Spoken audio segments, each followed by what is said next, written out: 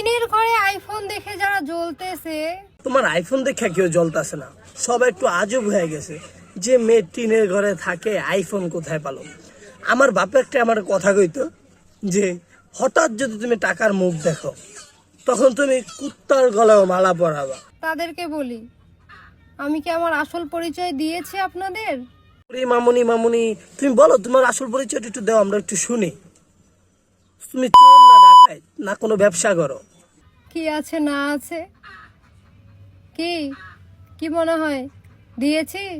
আমার দেখা মতে তোমার সামনে একটা আয়না আছে, হাতে একটা ফোন আছে, সামনে কয়টা ডিম আছে, আর একটা মেয়ের ভিতরে যা যা থাকে তোমার ভিতরে সেম জিনিস আছে। এক্সট্রা আর কিছু দেখতে পারতাছি না। Audio call 100, video call 500। দেখো বোন, আমি কিন্তু তোমাকে কিছু বলি নাই, আমি শুধুমাত্র বলছি তোমাকে তুমি ব্যবসা করো। আমি বলি নাই তুমি কি ব্যবসা করো, কিন্তু সেটা তুমি নিজে প্রকাশ করলা। Audio call 100, video call 500।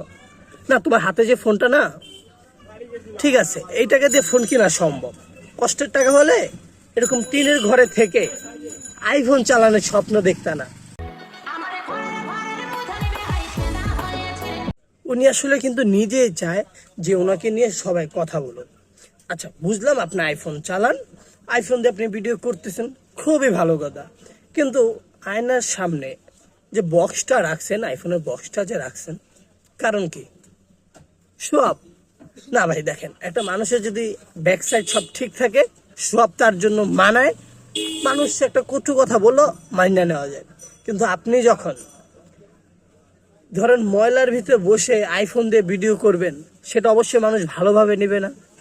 যে একটা মেয়ে মানুষ হয়ে ময়লার ভিতর বসে আইফোন কিভাবে চালায়, তখন মানুষ এমনিতেই বলবে যে ভিডিও কলে 100, 500, এগুলো তো তখন বলবেই। ইটস নর্মাল ভাই। যারা টিনের ঘরে আইফোন দেখে জ্বলতেছে তাদেরকে বলি, এই গাড়িটা কি আপনার বাবার? ওইটা আমাদের কারো বাবার না, ওইটা আপনারই বাবা। এখন ধরেন ওইটা আপনার বাবা, বাবা বলতে যে আপনারই বাবা হবে এর কোনো গ্যারান্টি? আপনার বাবা হাজারও থাকতে পারে, ওই যাদেরকে 100, 500 করে দেখান না, তারাও আপনার বাবা। এই গাড়িটা কি আপনার বাবার? আমার যদি আইফোন থাকতে পারে, গাড়ি থাকতে পারে, তাহলে আমার কি বাড়ি থাকবে না?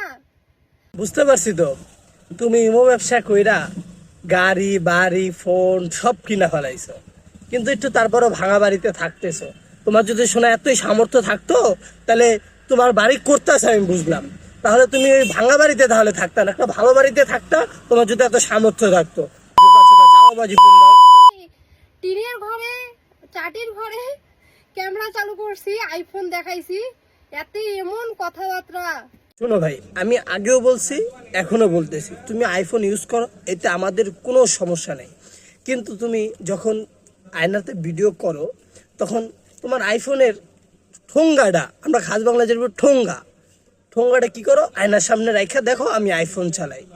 এইটা কারো ভাল লাগে না। তুমি আইফোন চালাও, তোমার ইচ্ছা চালাও, আর মানুষ তো এটা কথা বলবেই। যখন তুমি টিনের ঘরে বসা এরকম একটা দামি ফোন, 1,20-30,000 টাকার ফোন যখন তুমি এরকম ভিডিও করবা, তখন মানুষ এটা নিয়ে কথা বলবে না? আজব তো রে ভাই। আচ্ছা, আমরা তো সবাই নার্গিসের গান কম বেশি শুনছি। এখন ওনার কয়েকটা গান ছাড়া আপনার সরাসরি ইঙ্গিত করে না খারাপ কিছুর দিকে, আর কয়েকটা গান সরাসরি ইঙ্গিত করে।